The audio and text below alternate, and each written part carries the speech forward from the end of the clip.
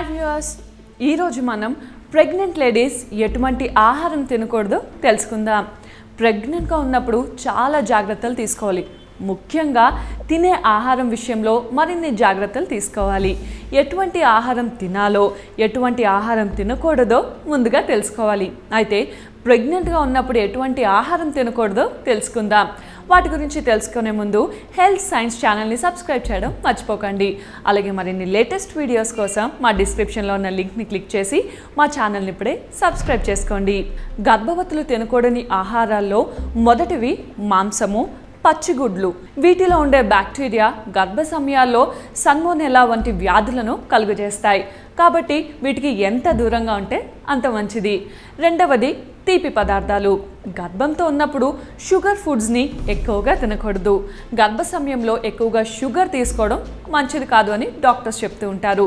మూడవది చేపలు ఎక్కువగా మెర్క్యూరీని కలిగి ఉంటాయి. ఇవి కడుపులో పెరిగే బిడ్డ మెదడుకు నష్టం కలుగజేస్తాయి.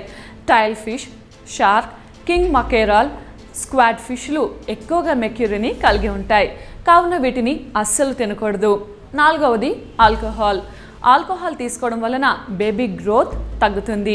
కావున గర్భ సమయంలో పూర్తిగా ఆల్కహాల్ తీసుకోవడం మానేయండి. ఐదవది బొప్పాయి పండు.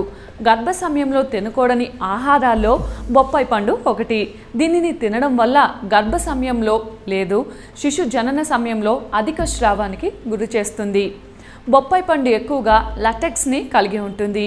ఇది గర్భాశయాన్ని సంకోచాలకు గురి చేస్తుంది. ఇక ఆరవది పైనాపిల్ ఎక్కువగా బ్రోమిలిన్ని కలిగి ఉంటుంది. ఇది మెడ భాగాన్ని మృదువుగా మార్చి డెలివరీ అనుకున్న సమయం కంటే ముందుగా అయ్యేలా చేస్తుంది. ఇక ఏడవది బియ్యం పిండితో చేసిన ఆహార పదార్థాలు అస్సలు తినకూడదు. ఇంకా కస్టర్డ్స్, ఇంట్లో చేసే పిండి పదార్థాలు, కేక్ బటర్, ఇంట్లో చేసే ఐస్ క్రీమ్స్ వంటివి కూడా తినకూడదు. పండ్లు మరియు కూరగాయలను తినే ముందు వాటిని చాలా శుభ్రంగా కడగండి. మీరు తీసుకునే ఆహారం కడుపులో ఉన్న బిడ్డకి అందించబోతుందన్న విషయం ఎప్పుడు గుర్తుపెట్టుకోండి.